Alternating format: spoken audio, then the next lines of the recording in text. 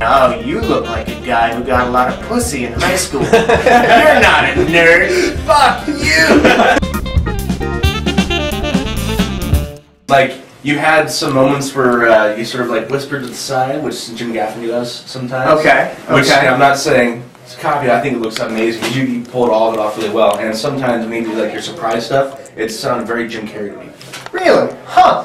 I'll take it. I've never heard that before. I mean, people are always saying, you know what you seem like, and then they throw something out, and I go, huh. And then I will go and research it. My buddy Brent, he was like, I was watching old Dennis Miller the other day, and you're very old Dennis Miller. And I'm like, okay. So I got on YouTube, I watched old Dennis Miller, and I was like, I could kind of see that, okay. I just like how you really play to the audience. It's very... I don't know. I think it's you give the audience a little bit more credit than I think more comedians do. The audience is really important for me to have a good time because there is an element of a game involved for me in that I want to lead them to moan and then berate them for moaning, and then I want to lead them to clap and then berate them for clapping. And so there's a back and forth. I mean, I've started saying at the beginning of my set, "Welcome to the game," because that's what it is for me. I guess as just like a self-conscious comic, I feel like I don't change up my set enough, but the order that things are in allows me to continually hit those same points again of, you know, don't get ahead of me and how dare you, and you know, do that back and forth. And because I can do that back and forth and it's a new audience every night, it's a new game every night, and you never know how people are going to play. It's weird, too, because sometimes the crowd is absolutely amazing.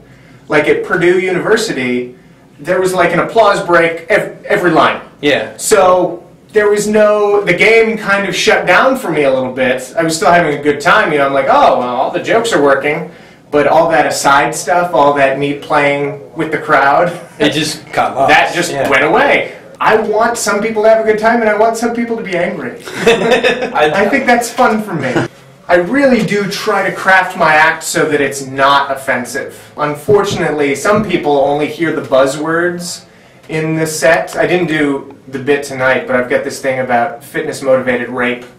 And for me, the bit is very scientific and very non-gender specific. So all it's talking about is the physical motion involved and burning calories and whatnot. But people don't hear the science of it. Some people, all they hear is rape, rape, rape, rape, rape, rape, rape. And so they get very offended.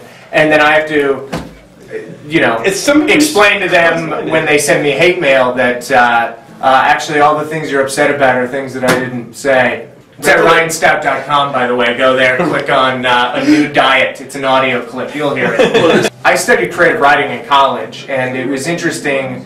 I hated poetry, just going into it. And then, for some reason, I had some professor who showed us one poem, Death of the Ball-Turret Gunner, by Randall Jarrell. And for some reason, the 5 lines, it's just a 5-line poem, and we went over them. And something about poetry really clicked for me, and how a poem works, and condensing words and creating kind of levels in there that it doesn't explain everything, but if you get out a dictionary and you get out some history books and look at the lines, there's a lot more there than you could have ever known, and something about that really stuck with me. So yeah, it's really Seth MacFarlane. Yeah, thank methodical and you know. Well, you know, obviously, you have a great level of sophistication, but there's got to be some flat-out nerdiness to you. What are some things that make your nerdiness tick? You know, I know how you guys view nerdiness and things that you grow obsessed with and kind of keep looking into. I think I'm kind of obsessed with the idea of evolution. Anytime I see a new book about evolution, I always pick it up. I just watched Ben Stein's documentary from last year. Watch that. Expelled. It just came out on Showtime, so I watched it. Watched it twice yesterday, actually, and it was arguing, you know, people that believe in intelligent design, scientists who believe in intelligent design, and how they get kind of pushed out of the scientific community, and how really, if you're in favor of free thought, that's not fair at all. And by the way, if they're using intelligent design to observe things about this world and come up with scientific theories that aren't out there yet, well, who cares how you get to the place of science happening as long as it happens? And like I said, I watched it twice. I was fascinated. And then in between viewings, went for a walk to kind of think about it. So yeah, pretty dorky in that way. I know how to play Magic the Gathering. I think that's probably a...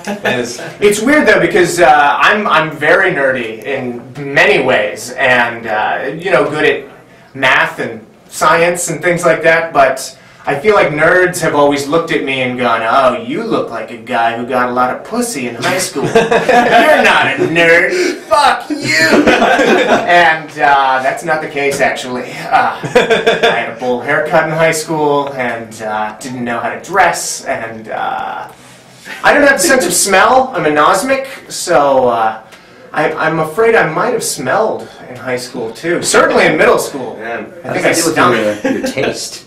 I have about 20% taste. I have taste buds, so sweet, sour, salty. It's a good thing you're hanging out with us then. Yeah. You're a new bunch of friends. I talk about today. Stinky nerds. Yeah, I was definitely a comedy nerd. A comedy nerd before I became a comedian.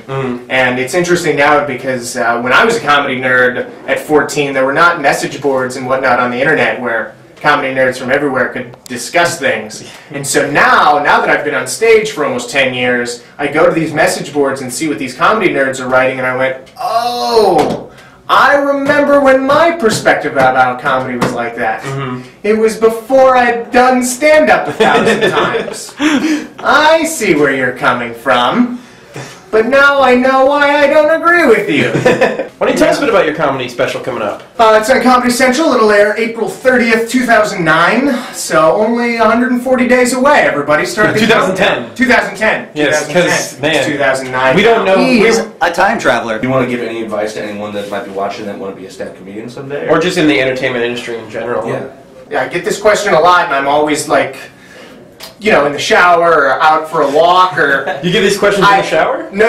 I have a thought about, next time I get that question, I know how to answer it. This is the answer, and then when I'm asked, I always, oh, what was that answer I came up with that was really brilliant? I think it's just something that you have to commit a lot of time to and a lot of energy to, and you just have to keep doing it again and again and again and again and again. I ran into a comic friend of mine at an audition recently, and he's like, you know, I can't even imagine, like right now, if I just start stand-up over again, like the idea that I would drive an hour to an open mic and then wait my turn to get on and then get home and it's like 2 a.m. and I've been gone for 8 hours and I have to get up for work now. Like, what was I, crazy? I couldn't do that now. I don't have that passion or drive in me anymore. But I've been thinking about that a lot lately. I'm thinking, wow, I just burned a ton of material for my Comedy Central special.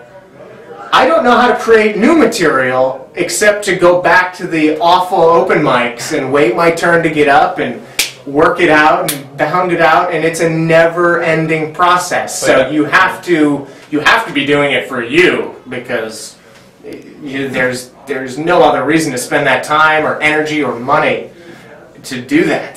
That's real. Oh, God! It is. Oh, my God! Dude. You don't know that. Dude, I'm totally... we gotta go. It's like an oven. It's okay. Why is it so toasty?